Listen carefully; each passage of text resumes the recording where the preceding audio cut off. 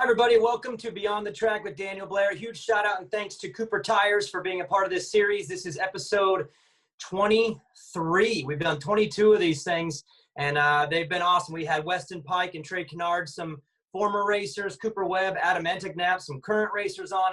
Enticknap was last episode. It was a super fun one. So if you want to catch it, you can go to YouTube or the social media links for Supercross Live and catch those episodes.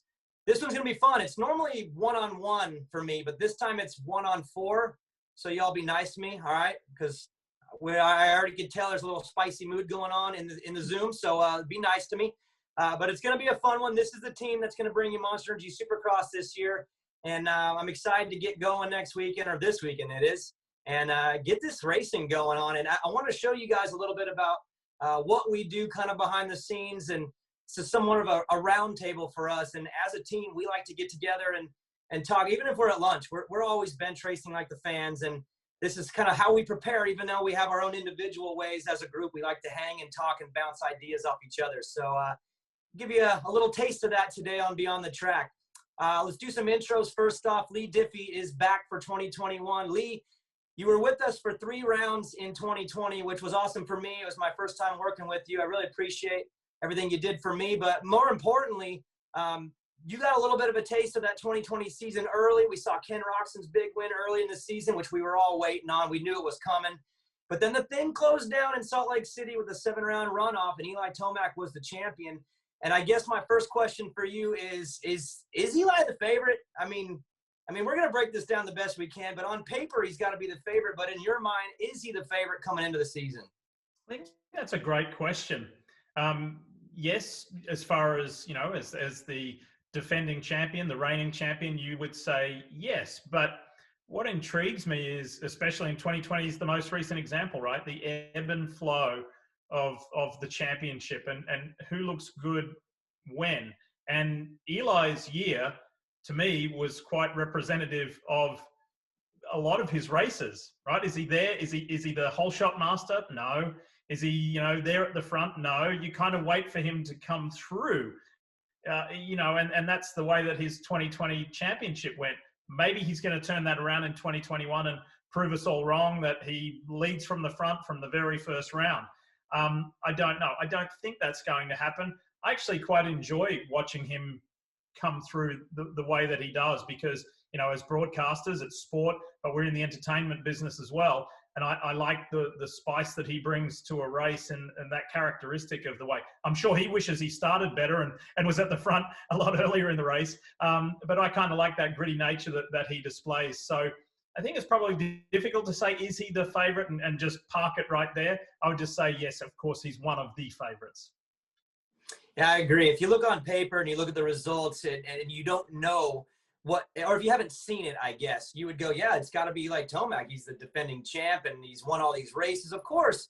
But I think we all know that this sport is it's something else.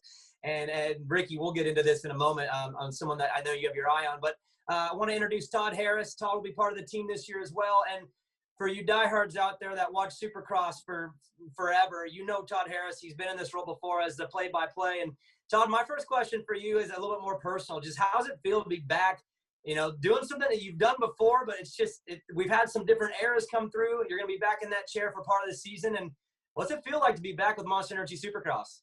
Yeah, Daniel, I can't tell you how excited I am to be back. And I think it's going to be a lot of fun with the bubble format. When we go to one town, we spend, you know, 3 races there and sharing this opportunity with a guy like Lee Diffie. I think it's going to be great. I will definitely be watching when Lee's calling races, because I'll pick up some things from you guys.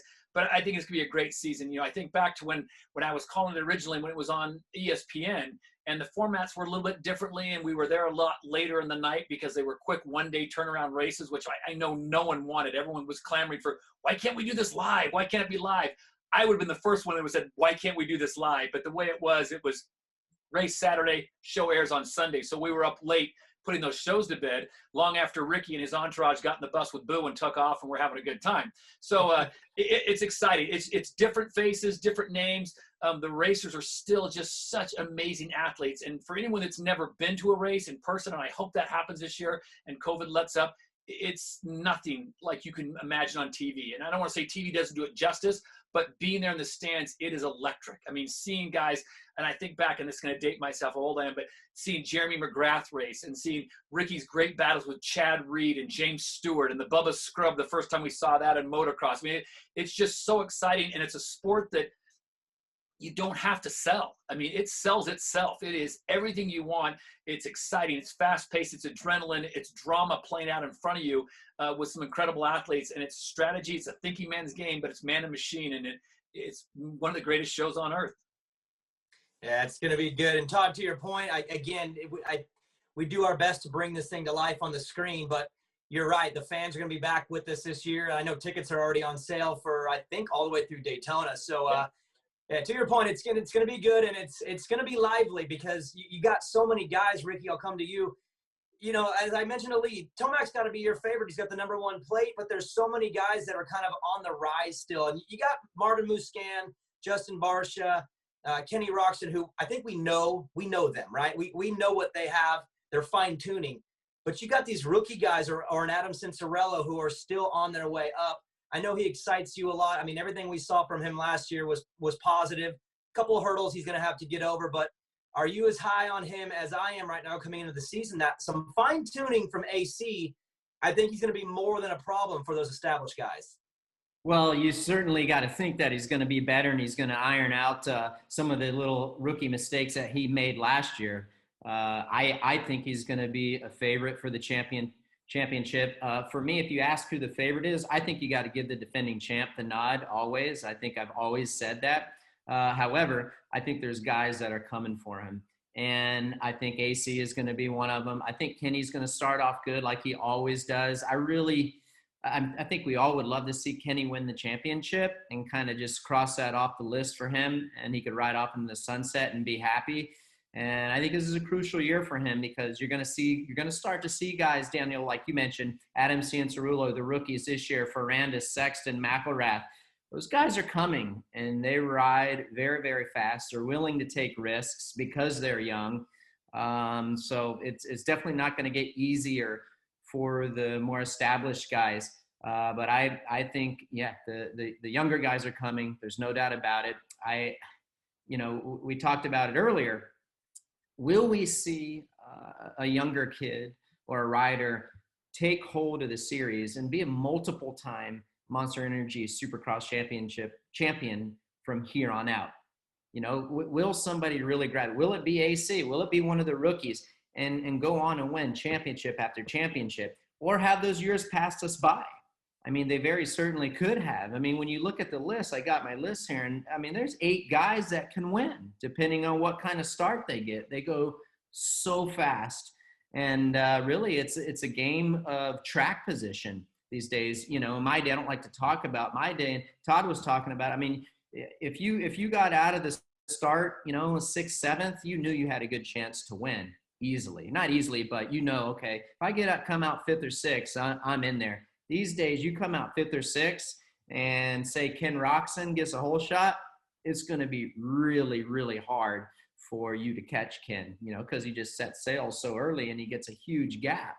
So I'm excited about it. Either way, there's so much parity. There really is. So it's going to be exciting.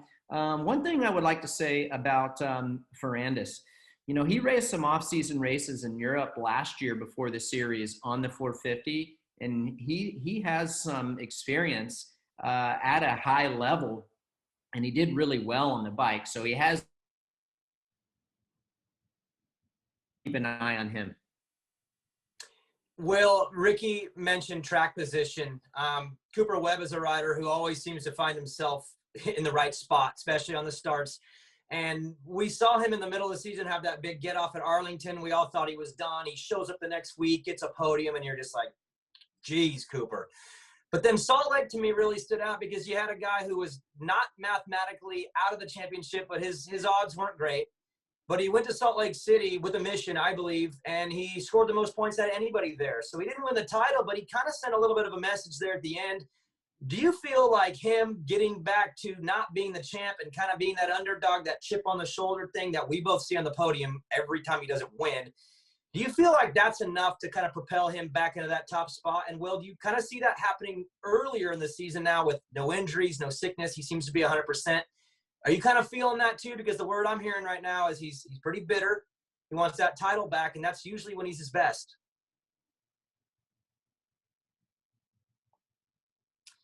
I think we may have lost Will there, the technical difficulties of Zoom. All right, well, let's lighten things up, guys, a little bit. I got a funny question for you. This one's for Todd and for Lee. My man Ricky Carmichael here has a problem. He's got an issue. It drives me absolutely insane. I can't stand it. The guy won't predict anything. And he'll tell you, I get paid to analyze, not to predict, which makes me even more mad when he says that every time. So, look, here's what's going to happen. I got a steak dinner, candlelit dinner for either one of you two. Lee, I'll give you first crack at the answer. Which either one of you can get this guy to make a prediction on live television this year, I'm taking you out. Steak, candles, romance, all of it. But you got to get this man to predict. Lee, do you have the ability? I know you got a lot of talent at what you do, but can you do this? No. No, that's it? And the reason is, he is, you know how competitive he is.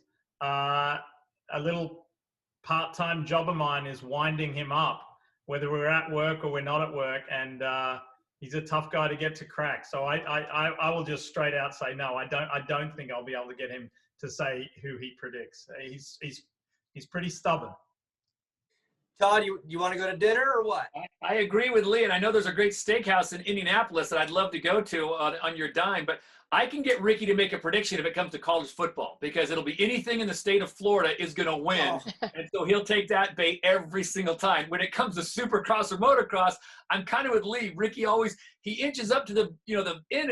He's going to do it. And then I don't know what to tell you on that one.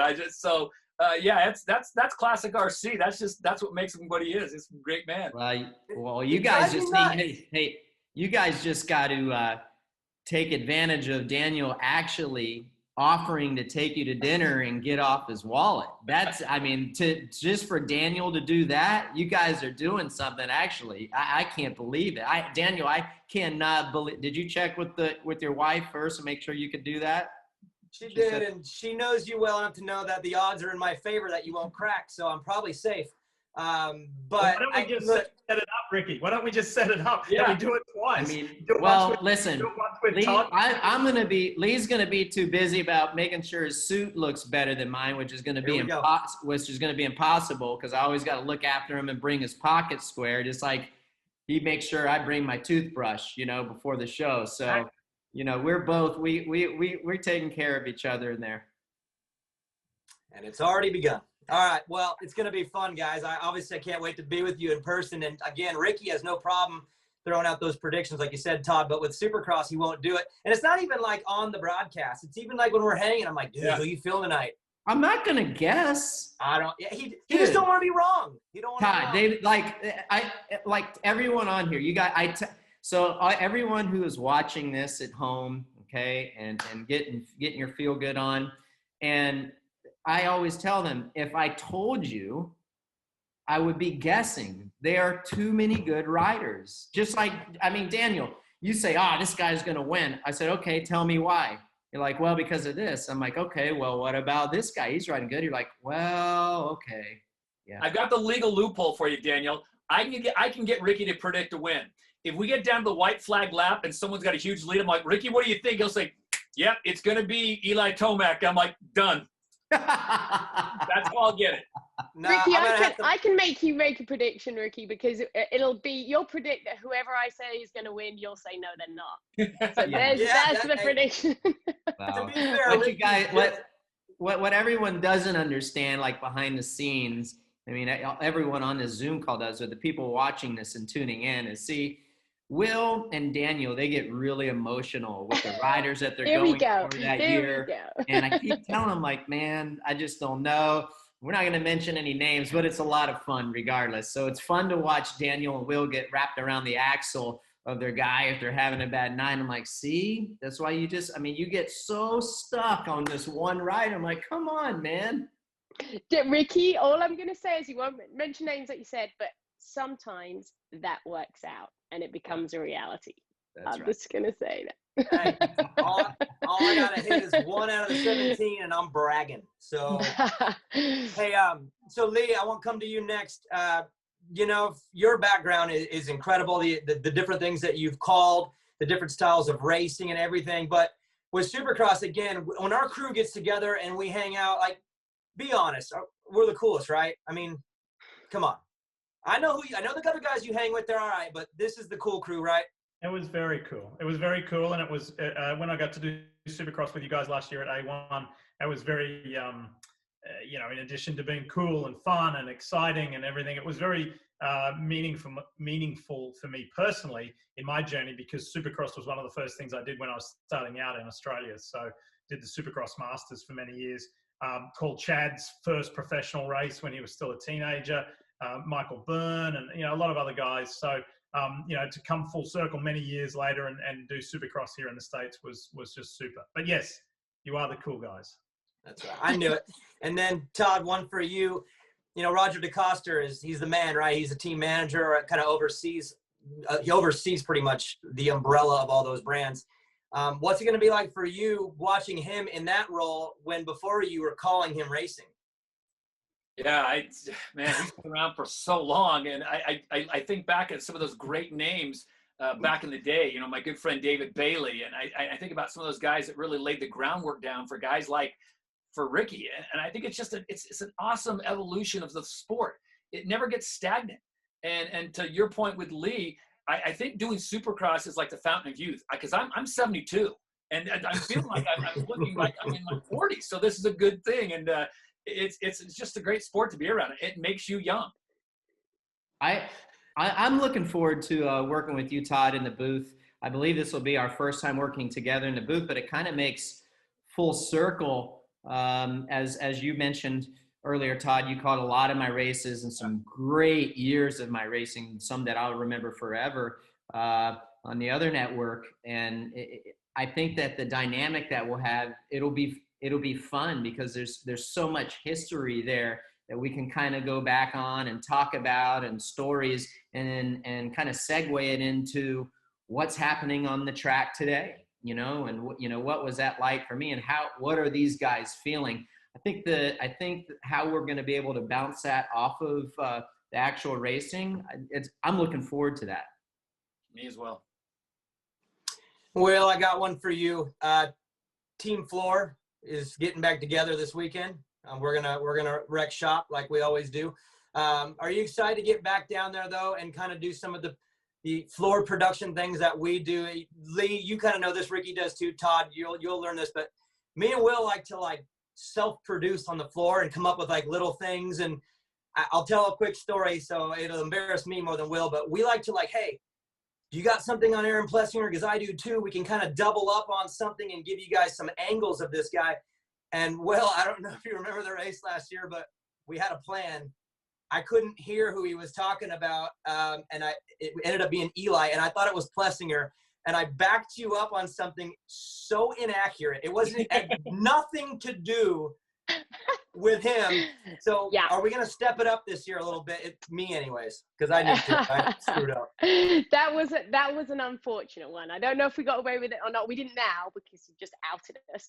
But that's going to happen, right? I mean, we have a very interesting role, Daniel, don't we? Down on the floor there, trackside. It's it moves quick, as we all know, for all of us, the racing, and for us, it's loud down there, less so obviously Salt Lake, and it's going to be a little bit different here again this year because you haven't got the crowd noise and everything that goes with it.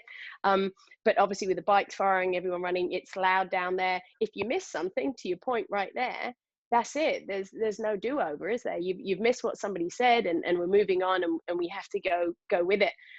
But working with you down there, I think, to me, Daniel, and don't want to make your head too big here, but it completes that sort of just that teamwork that we've all got going in together. That really completes that for me, because we have sort of a little team within a team, if you like. You've got my back, I've got yours. We make sure that we get all that stuff covered.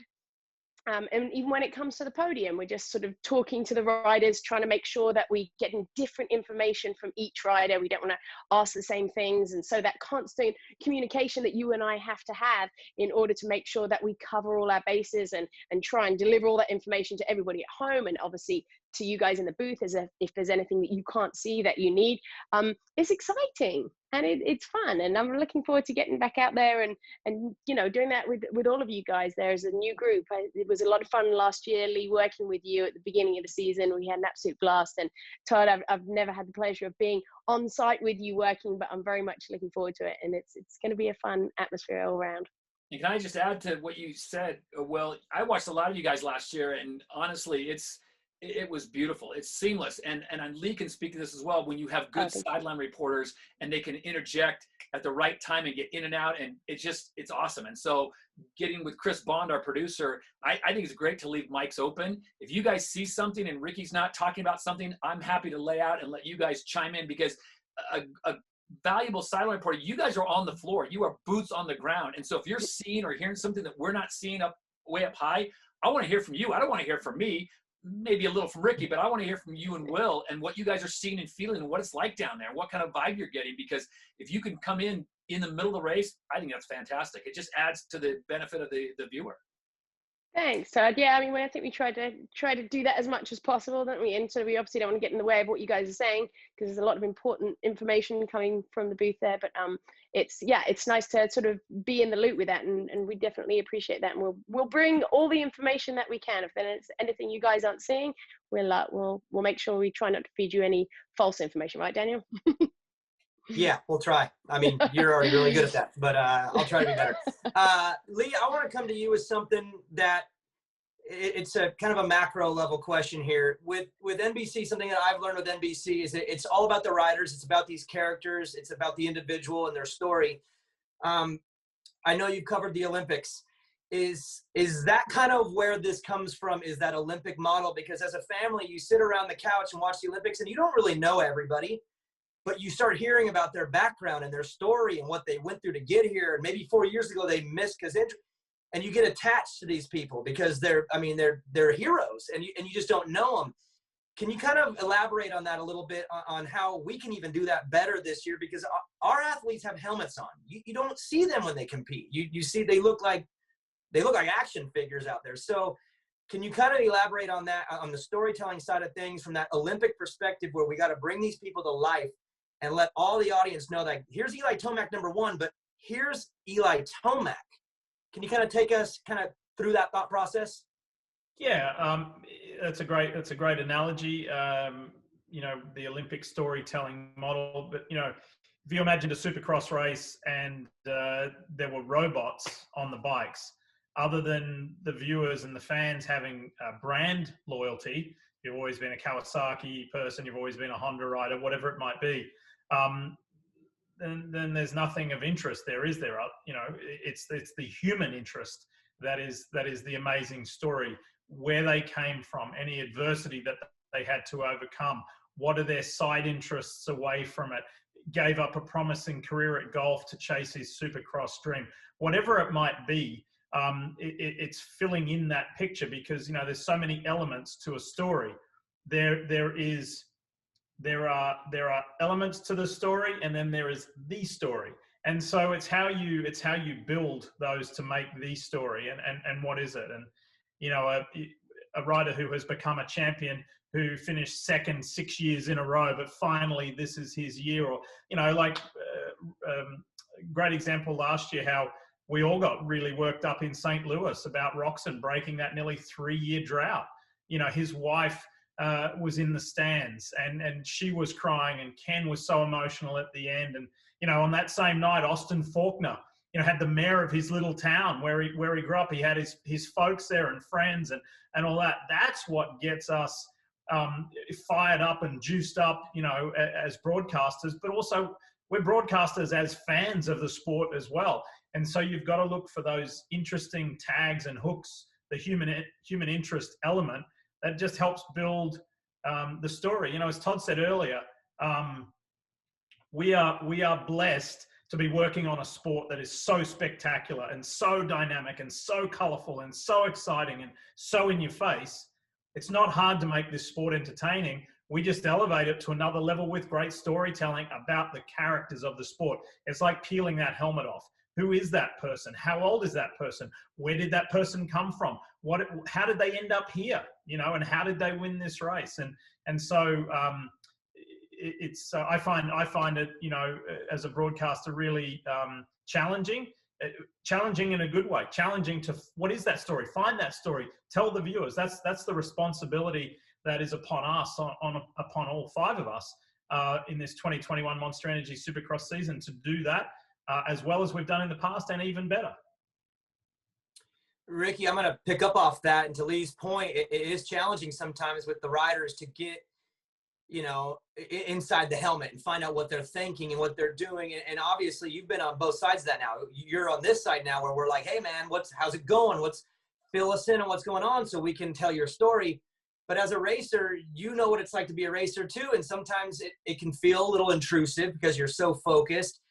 How do you kind of balance that with these riders, just from your experience now being on both sides, where we got to get the story so we can tell the audience what's really going on behind the amazing performance we're seeing that night, versus also allowing them the space to do their job, because they're there to work, they're there to focus. And sometimes, you know, we come around and maybe at that moment they don't want it. Where is that balance now that you've seen both?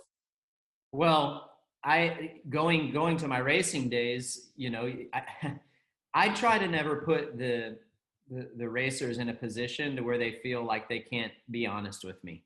If I know something's wrong, I mean, listen, it's a small community, and we all know what's happening. We know what's happened through the week. I mean, if somebody falls down or somebody tweaks an ankle, hurts a wrist, whatever it might be, most of the time we know about it before we get to the race. So if I know it's bothering them, I'm not going to go hound them about it. And it really, what I work on with the riders is trust. I'm not going to say anything that I'm not sure of. And I don't ever want to put them in a position to where they feel like they can't be truthful with me, because I want them to know that I'm never going to blow them out on the broadcast. I gain nothing from that. You know, I want their trust, and I want to make them look like heroes. So an example, we've talked about this a little bit in the past. This is the tough part about our job, I feel, is if they have a hurt wrist, okay, and they can't ride fast, or they're not 100%, and they don't tell us or share that information. And the reason a lot of times they don't share that information is they don't want to give their competitors an advantage. Well, hindsight, like looking back, someone who's been in that position, you're not really giving your competitors an advantage by saying that. It actually can work in reverse sometimes. But so if they're out there and they won one weekend, they hurt their wrists throughout the week, and then they're riding around in sixth place, me as an analyst, I'm thinking, you know, what the heck is happening here? The guy won last weekend. Now he's just riding around in sixth place. This is unacceptable for a guy that has this much talent and has won numerous races this season. That's the frustrating part for me. And that's where you kind of got to earn that trust. But I also see their side. If I could not caution them, but tell them, just encourage them, hey man, if you're not 100%, you can tell me. I'm not going to say anything or tell anyone else in the pits. If I have an opportunity to explain to the viewers why you aren't performing as well as you did that last week, I'm going to share that with them and share what happened. Like, hey guys, you know what? He's not feeling 100%, but this is an incredible ride. What he's doing right now, based on the injury or little hiccup he had during the week, this guy is a hero. Most guys would be sitting out for 2 weeks. So that's the balance. You know, that's a hard part. And I certainly see their side. Now, you know, I don't think it really gives the competitors much of an advantage. Give you a fun story. So when Reedy and I were racing, there would be times I'd hear that he had hurt his shoulder. He always had some shoulder problems once in a while. It always seems like he hurt his shoulder. Todd, you can go back to those days. And every time that he was hurt, he rode better. So it would absolutely crush me mentally. I'm like, listen, the dude's shoulder's about to fall off, and I'm riding as hard as I can. I can't pull away, and he's just right on my tail. So when I talked about it working in reverse form, it certainly worked in reverse form on me when guys are hurt and I couldn't gap them. So that's the biggest thing, is just this earning that trust in the riders, and also letting them know that everyone on this call right here has the utmost respect for them and think that they are unbelievable athletes. And they are. I'm just now learning that Ricky used to lie to me all the time. It's all now coming. Yeah. See? Absolutely. Hey, how you feeling, RC? Man, Todd, I'm feeling great. Go back to the ring. Like, dude, I am hating it right now. I don't even want to be here. I'm hurting. Oh man, Ricky, it's fun to watch you change now on this other side. I love it. Will, I got another question for you. One thing that you and we have a lot of fun, obviously, on the podium, because we get to catch these guys in that raw state of emotion. Are you hoping, like I am, that Austin Faulkner and Jet Lawrence end up on the same Daniel, 250 if you can hear coast? me, I just lost you. Oh, you got me now? Yes, I do. Well, Carry on. Thank you. Okay. Yeah, I So- hear you back. Okay, so as I was saying, well, I didn't know if you cut this, but we get to capture that raw emotion on the podium. We get to see these guys when they're happy and mad. Are you, like me, wanting Jet Lawrence and Austin Faulkner on the same 250 coast? We need it. Bad. For the length of the podium interviews? Oh, that I forgot. Hold on. I got to have a talk with Austin before the season starts. You and Austin have a little chat about that. But No, it's informational. It's always comes with good information, so which we love. That will be entertaining if we have those guys on the same coast. Oh my goodness. I mean, it started early, didn't it? Last year they were on track together, and then it was immediately they were just firing each other up. And I feel like, you know, the Lawrence brothers have obviously already, in the short amount of time they've been in the sport, have already brought so much entertainment for everyone to watch. And we know there's a lot more coming, because the two of them seem to have this this way of sort of caring but not caring. You know, of course they care what's happening on the track, but they're especially Jet is seemingly is able to completely put that aside, and just his personality just comes through. He just, whether it's youth, Ricky, I don't know, or whether it's being an Aussie, Lee, I don't know, or whether it's a combination of all of that. But he just he doesn't really care. If he's thinking it, he says it, and for us, it makes for a lot of fun. But at the same time, Daniel, maybe more to your point here, it makes me a little bit nervous on the podium, because you just don't know what's going to happen. And if him and Austin are on the same coast and they, you know, pick things up a little bit where they left off there, and they get at each other, it will keep things very interesting. And that, for us on the podium, trying to, you know, trying to get their questions across and get that information back, just, it makes it fun, but it can make it challenging. So we'll see how it all goes. I'm with you. I want them together on the podium. A lot of 1-2s would be just, because, you know, if it's 1-2, there's probably something along the way that happened. That's just I'm into the drama. I'm all about it. Lee, what do you think now that we've seen Jet Lawrence? Because, I mean, you called the race where Jet literally emerged onto the scene. We all saw the talent, like the talent was there, whatever. But at Anaheim 2 last year, we were like, whoa, okay, like it's not just talent, it's the full package. What do you think now that you've seen him kind of grow up a little bit? He won an outdoor race at the end of the summer.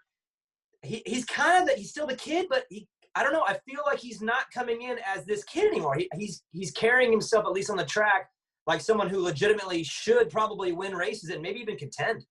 Yeah, I think he's going to contend for the championship, but you know, there's still some pieces of the puzzle to put together, right? But I think the most compelling thing that I saw last year, in addition to what we saw on track, was the reaction from our Hall of Fame colleague, Ricky Carmichael. You know, it's pretty difficult to impress Ricky on two wheels.